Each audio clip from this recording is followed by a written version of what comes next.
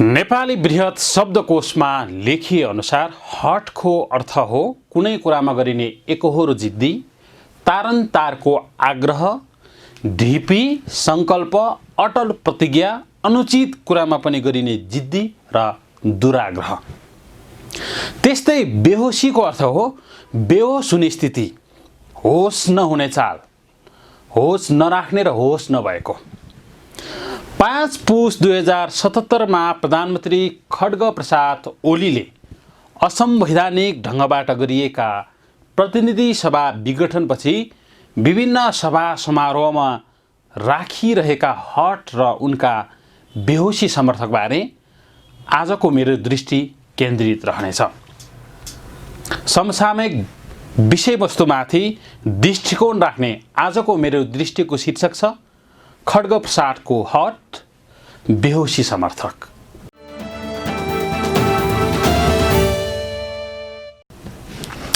आफै अध्यक्ष रहेको नेपाल कम्युनिस्ट पार्टी नेकपाको आन्तरिक जीवनभित्र देखिएको अन्तरसङ्घर्षका क्रममा प्रधानमन्त्री खड्ग प्रसाद ओलीले राखेको हटबारे हामी अनभिज्ञ छैनौँ। पार्टी एकता गर्दा तत्कालीन नेकपा माओवादी केन्द्रका अध्यक्ष पुष्पकमल दाहाल प्रचण्ड र तत्कालीन नेकपा एमाले अध्यक्षको हैसियतमा खड्ग प्रसाद ओली बीच सम्मान हैसियतको अध्यक्ष रहने र आलो पालो बैठकको अध्यक्षता गर्ने सहमति भएको थियो। तर बिस्तारै ओलीले प्रचण्डलाई फकाए। त्यसबारे हालै एउटा पत्रकार सम्मेलनमा ओलीको भनाइ उद्धृत गर्दै प्रचण्डले भनेका थिए, मलाई भन्नुभयो हेर्नुहोस् कमरेड, जे भए पनि मैले 3वटा भोटा तपाईँभन्दा बढी फटाएको छु, म 3 वर्ष बढी जेठो छु भनेपछि म फुरुङ्ग परेर 3 वर्ष जेठोलाई लौ 1 नम्बर अध्यक्ष मानिदिन्छु भनेर मानिदिए। अर्को पटक फेरि आलो पालो अध्यक्षता छोडौ, हामी सँगै छँदैछौँ, एउटै भइहालौ भनेपछि मैले त्यो पनि छोडिहालेँ। जे भए पनि मैले 3टा भोटा तपाईँभन्दा बढी फटाएको छु, म 3 वर्ष जेठो छु भनेपछि म फुरुङ्ग परेर ल भइहाल्यो त 3 वर्ष जेठोलाई 1 नम्बर मानिदिन्छु भनेर 1 नम्बर मानिदिएँ मैले। अर्को पटक कमरेड पालो पालो अध्यक्षता छोडौँ, अब हामी सँगै छँदैछौँ, दुइटै एक भइहाल्यो, संयुक्त गरौँ भनेर मलाई फड्के किनाराको साक्षी राख्दा नि म मानिहाल्ने, छोडिदिइहाल्ने। अनि कमरेड अब तपाईँ कार्यकारी अध्यक्ष हुनुहोस् भनेर उहाँले कार्यकारी अध्यक्षमा सहमति गरेपछि त्यसो भए तपाईँ 5 वर्ष प्रधानमन्त्री हुनुहोस् भनेर मैले छोडिदिइहाल्ने। त्यहाँदेखि यो छोडिदिइहाल्ने गल्ती मैले गरेँ यो विचार। यो सँगै पार्टी एकताको बेला प्रधानमन्त्री पनि आलो पालो चलाउने प्रचण्ड र ओलीबीच सहमति भएको थियो। तर त्यो सहमति आफूले पार्टी एकताको लागि छोडेको प्रचण्डले बताइरहेका छन्। तर खड्ग प्रसादले यसमा आफ्नो फरक मत राखिरहेका छन्। उनको भनाइ छ कि प्रचण्डले छोडेपछि मैले सरकार चलाएको। पार्टीभित्र आफूले भने जस्तो नभए बैठकमा आउँदै नआउने, आइहाले पनि जसै गरी आफ्नो पक्षमा निर्णय हुनै पर्ने जस्ता ओलीको हटबारे हामी जानकार छौँ। त्यसबाहेक प्रतिनिधि सभा विघटनपछि उनले राखेका हटबारे म चर्चा गर्न चाहन्छु।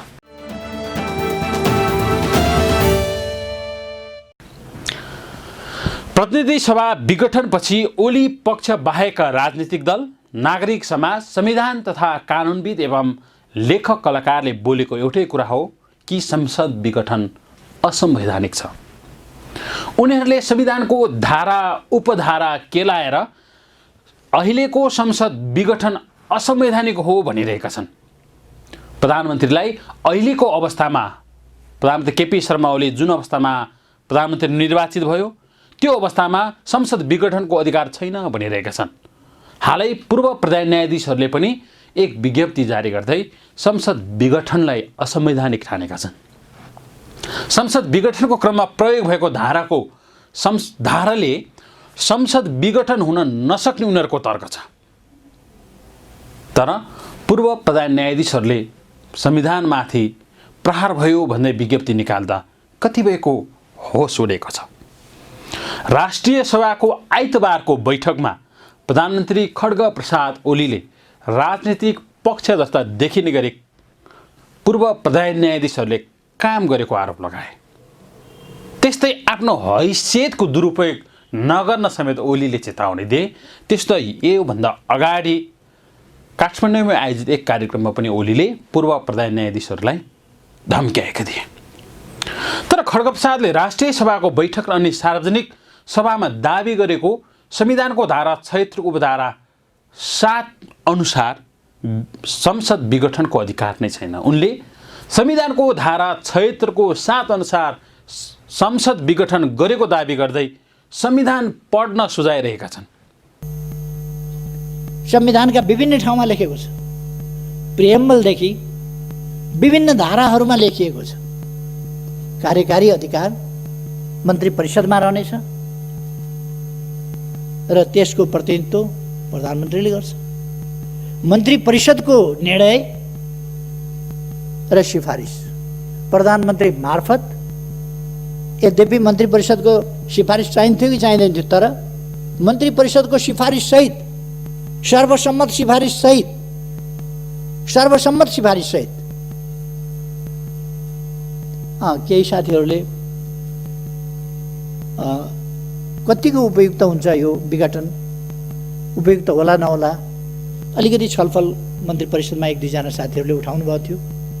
मैले त्यसलाई स्पष्ट पारेपछि साथीहरू सन्तुष्ट हुनुभएको थियो र सर्वसम्मतिले विघटन भएको थियो, सिफारिस भएको थियो।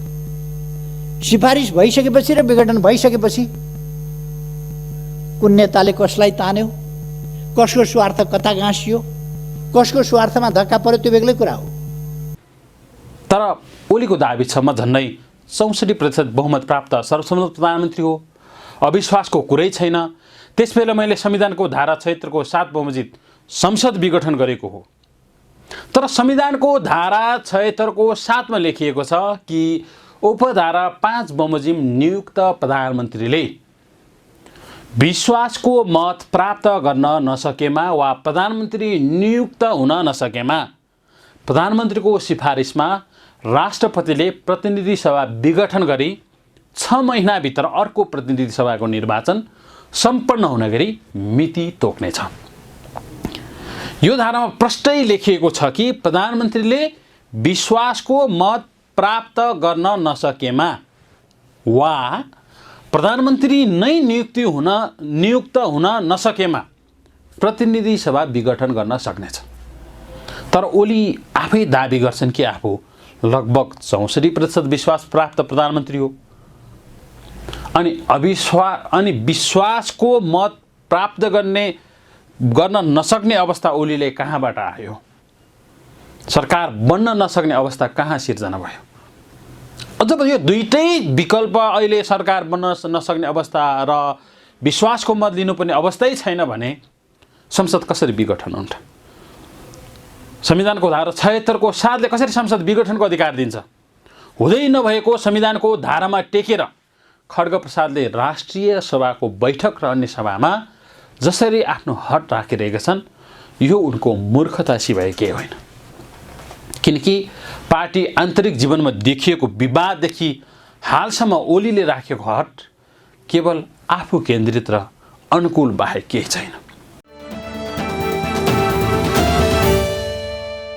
निर्वाचन आयोगको सवालमा पनि खड्गप्रसादले आफ्नै दाबी पेश गरिरहेका छन्, जबकि त्यसका पनि विधि छ, विधान छ, चुनाव चिन्हको कुरा, पार्टी आधिकारिकताको कुरा, यी लगायतमा निर्वाचन आयोगले पनि स्वतन्त्र ढङ्गबाट निर्णय गर्न पाउने ठाउँ छँदैछ। तर उनले आफ्नो हट राखिरहेका छन्, जबकि पार्टीले बोलाएको बैठकमा खड्गप्रसाद जाँदैनथे। यो हामीले देखेकै कुरा हो। त्यसपछि आफू एक्लै र सीमित केन्द्रीय समितिका सदस्य राखेर उनले 1100 जनाको केन्द्रीय समिति बनाए। यो पनि देखेकै कुरा हो। त्यही पार्टीको विधानले जब बहुमतको निर्णय नै पार्टीको निर्णय हुनेछ भनेर लेखिएको छ, त्यो निर्णयले आफू मान्दिन, साथीहरू भागेर जानुभयो, पार्टीको बैठकमा आएनन्, माथिगर मण्डलमा हामी यहाँ छौँ भनेर बस्नुभयो भन्ने खालको हट अहिले खड्गप्रसादले राखिरहेका छन्। त्यसो त प्रधानमन्त्री ओलीले पूर्व प्रधान न्यायाधीश लगायतका केही वकिल, राजनीतिक दलले स्वतन्त्र निकाय न्यायपालिकामाथि धम्क्याइरहेको र आफ्नो पक्षमा निर्णय हुनुपर्छ भन्ने जस्तै न्यायालयको निर्णय प्रभावित हुने गरी राजनीतिकरण गर्न खोजेको आरोप लगाइरहेका छन्। तर त्यसो भए प्रधानमन्त्रीले संसद पुनर्स्थापन हुनै सक्दैन, यो अदालतको विचार पनि होइन, यो चाहिँ राजनीतिक विषय हो भनेर किन आफ्नो हट राखिरहेका छन्? आफूले राखेको हट किन ओलीले देखिरहेका छैनन्? यो आज एकदम महत्त्वपूर्ण प्रश्नको रूपमा अगाडि आएको छ। यो संवैधानिक र कानुनी प्रश्न वास्तवमा होइन, यो राजनीतिक प्रश्न हो। देश कसरी चल्छ, कसरी चलाउनुपर्छ, यो राजनीतिक प्रश्न हो। र यस राजनीतिक प्रश्नलाई कानुनी प्रश्नको रूपमा, संवैधानिक प्रश्नको रूपमा अदालतले इन्टरटेन गरिरहनुभन्दा यसलाई केही भनिरहनु नपर्ने भनेर बर्खास्त गर्नुपर्छ, खारिज गरिदिनुपर्छ। किनभने यो पोलिटिकल डिसिजन हो। यो पोलिटिकल डिसिजनले पोलिटिक्सलाई संविधानसम्म ढङ्गले लोकतान्त्रिक प्रणालीको राजनीति अन्तर्गत अभ्यासमा अगाडि जान दिनुपर्दछ।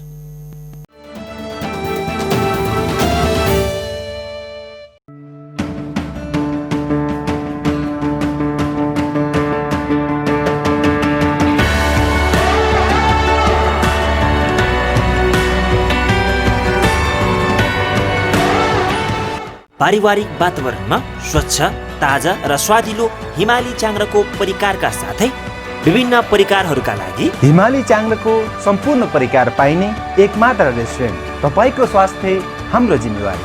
पारिवारिक वातावरण, तपाईँको सन्तुष्टि हाम्रो चाहना। हिमाली चाङ्ग्रा रेस्टो प्राली। सम्पर्क 98 512 60 381 98 512 60 381। स्वच्छ, शान्त र मनोरम वातावरण, अन्तर्राष्ट्रिय स्तरको अर्गानिक खानाको परिकार, आरामदायी कोठा र बस्ने ठाउँको व्यवस्था, सेमिनार, पार्टी र मिटिङका लागि 250 क्षमताको हल, प्रत्येक शुक्रबार लाइभ म्युजिकको मज्जा, काठमाडौँको मुटुमा अवस्थित times square lounge and bar, Baluwatar, Kathmandu, Nepal. For more details 0144376688 0144376688। बेहोसी समर्थक।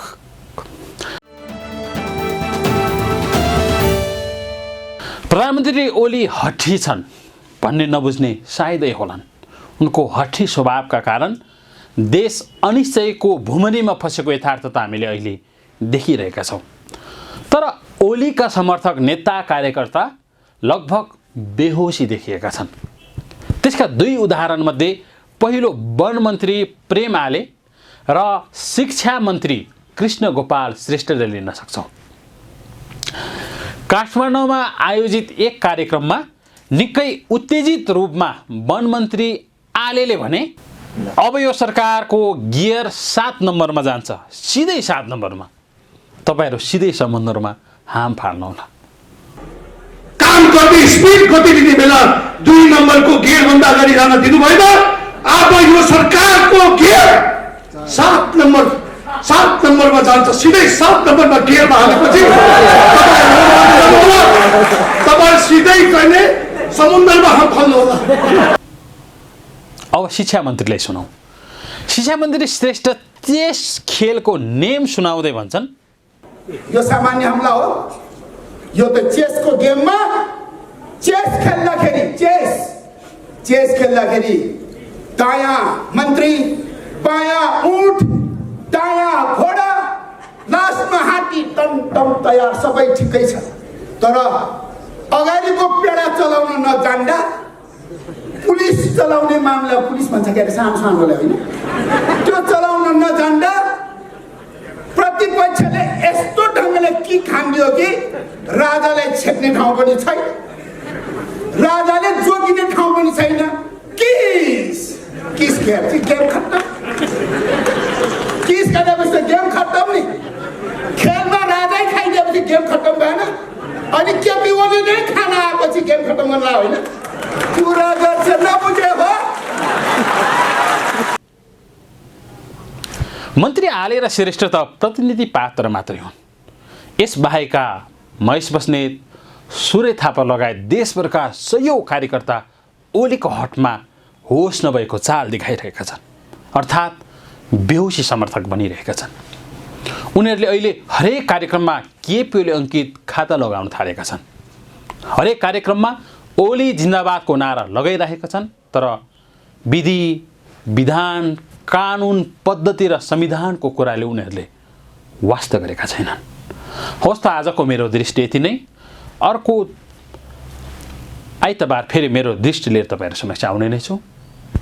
नमस्ते। स्वच्छ, शान्त र मनोरम वातावरण, अन्तर्राष्ट्रिय स्तरको अर्गानिक खानाको परिकार, आरामदायी कोठा र बस्ने ठाउँको व्यवस्था, सेमिनार, पार्टी र मिटिङका लागि 250 क्षमताको हल, प्रत्येक शुक्रबार लाइभ म्युजिकको मज्जा, काठमाडौँको मुटुमा अवस्थित Times Square Lounge and Bar, Balwatar, Kathmandu, Nepal. For more details, 014437 688, 014437 688.